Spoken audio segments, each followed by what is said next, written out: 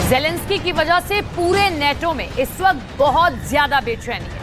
Zelensky ने एक तरह से पूरे नेटो को इस युद्ध में फंसा दिया है और यही वजह है कि बाइडेन को अब अपना सबसे बड़ा बमबाज यूरोप भेजना पड़ा।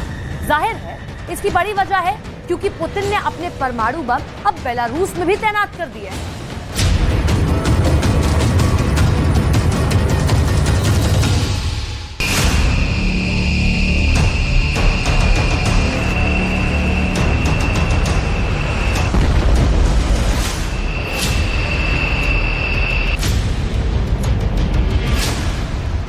चार शक्तिशाली टर्बो फैन इंजनों की मदद से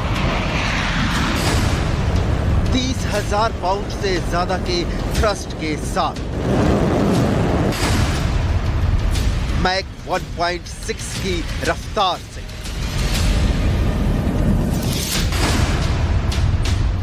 दुनिया के सबसे खतरनाक बम वर्षक में से एक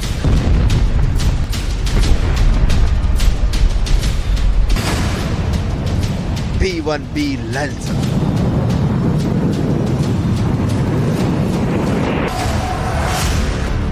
एयरबेस स्वीडन के लिए उड़ान भरता है। टेक्सास से स्वीडन के एयरबेस की दूरी है 8,000 किलोमीटर।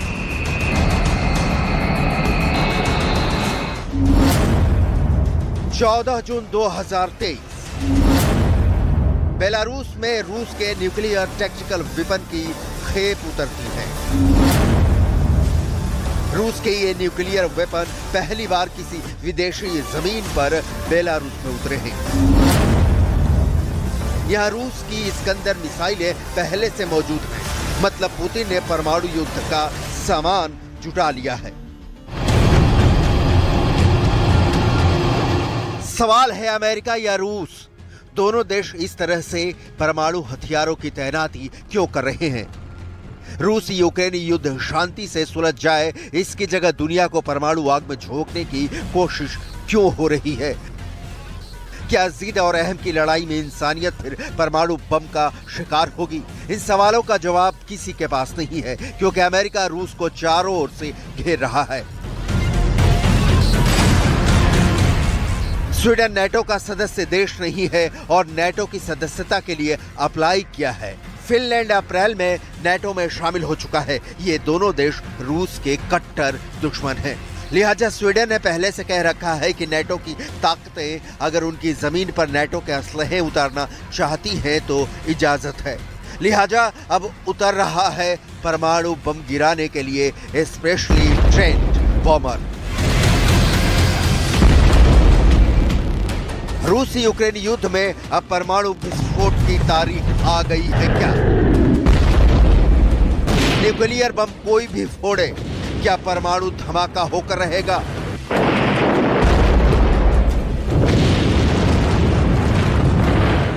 इतिहास की तारीख क्या 2023 साल के माथे पर एटम बम वॉर का कलंक टांग देगी? नहीं तो ये दो तस्वीरें क्या कहती हैं? क्यों उतरा स्वीडन में अमेरिका का B-1 बम वर्षक? क्यों पुतिन ने तैनात किया बेलारूस में परमाणु हथियार?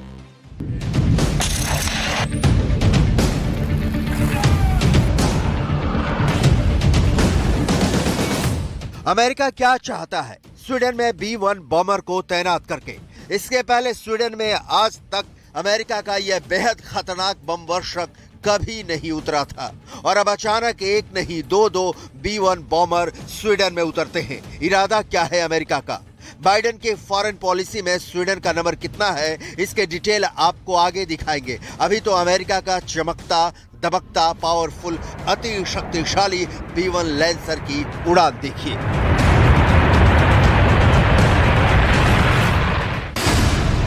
हवा में युद्ध का गूढ़ा भाग पलट देने का हुनर रखता है B-1 लैंसर। रफ्तार, मार, धार, टारगेट, तकनीक सब कमाल का है।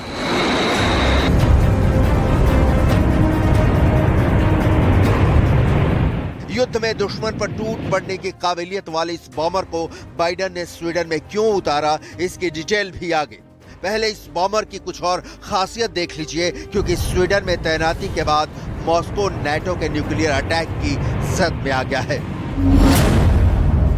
स्वीडन के स्टॉकहोम से रूस के मॉस्को की दूरी सिर्फ 1227 किलोमीटर है और B-1 बॉम्बर की स्पीड आवाज से करीब 1.5 गुना ज्यादा है।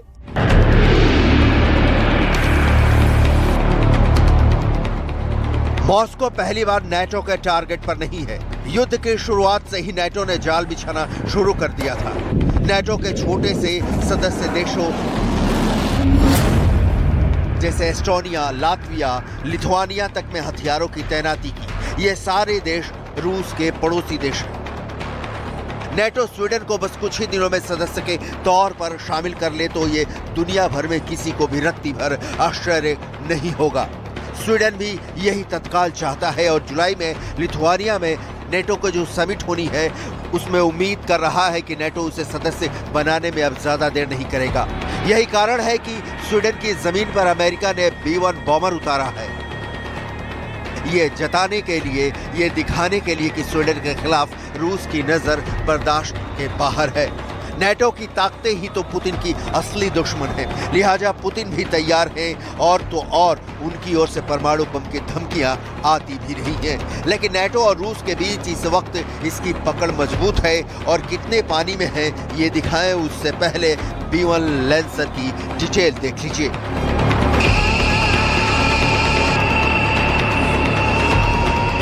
B-1B लैंसर बम वर्षक लंबी दूरी का विमान है। सामान्य भाषा में अमेरिकी सैनिक इसे बोन कहते हैं। अमेरिका के पास ऐसे 104 बम वर्षक हैं। इसे उड़ाने के लिए 4 क्रू लगते हैं, जिसमें एक एयरक्राफ्ट कमांडर, एक पायलट, एक ऑफेंसिव सिस्टम्स ऑफिसर और डिफेंसिव सिस्टम्स ऑफिसर शामिल हैं। शीत युद्ध यानी कोल्ड वॉर के दौर की बात है, जब अमेरिका को एहसास हुआ कि उनके पास भारी मात्रा में विस्फोटक लेकर उड़ने वाले बम वर्षक विमानों की कमी है, जो दुश्मन देश रूस के अंदर घुसकर तबाही तो मचाए ही, साथ ही तेज रफ्तार से विरोधी लड़ाकू विमानों और मिसाइलों से बचकर भी निकल सके। और इसी कमी को पूरा करने के लिए जन्म हुआ B-1 बम वर्षक विमान का, जिसके अपग्रेड वर्जन को आज B-1B lancer long range strategic bomber के नाम से जाना जाता है। अमेरिकी विमान क्या क्या कर सकता है, तो अगर आपके मन में यही सवाल है तो हम यहाँ आपको इसका जवाब देने जा रहे हैं। मूल रूप से B-152 बॉम्बर की जगह लेने के लिए विकसित किया गया ये विमान अपनी तेज रफ्तार, ऊंचाई पर उड़ने और भारी संख्या में बम और मिसाइल ले जाने की क्षमता के लिए जाना जाता है। B-1B लैंसर व्यापक रूप से अमेरिका की लंबी दूरी की बम वर्षक सेना की रीढ़ माना जाता है।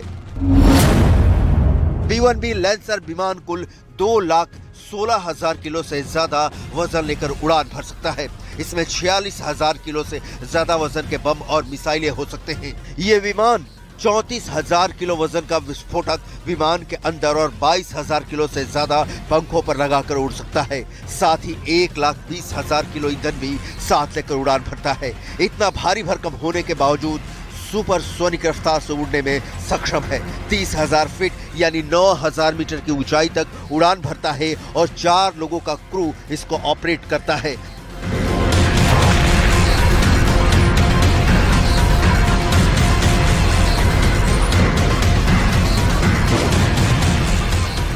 अमेरिका ने यूक्रेन को अब तक लाख चाहने के बावजूद लंबी दूरी का हथियार नहीं दिया। इसका कारण है अमेरिका रूस से अब भी डायरेक्ट वॉर से बचने की कोशिश करता दिखता है, लेकिन सिर्फ कागजी तौर पर।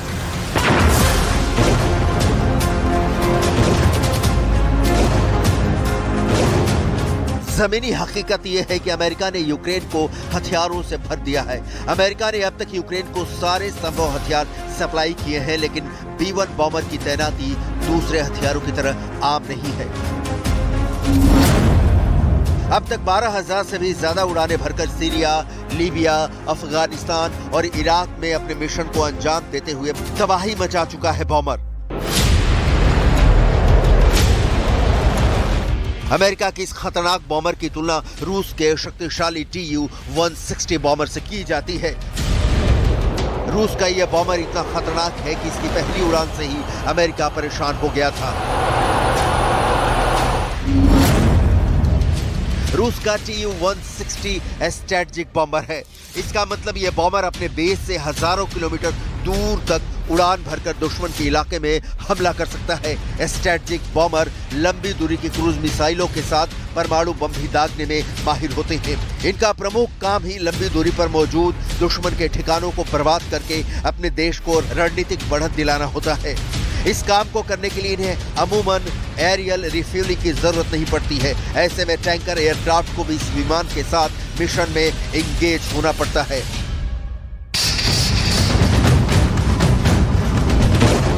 मतलब सीधा और साफ है कि अमेरिका और रूस के बीच भिड़ंत होती है तो कौन किस पर पहला वार करेगा ये बस क्लियर नहीं है, क्योंकि अमेरिका और रूस दोनों की न्यूक्लियर तैनाती बता रही है कि मामला बहुत गंभीर हो चुका है।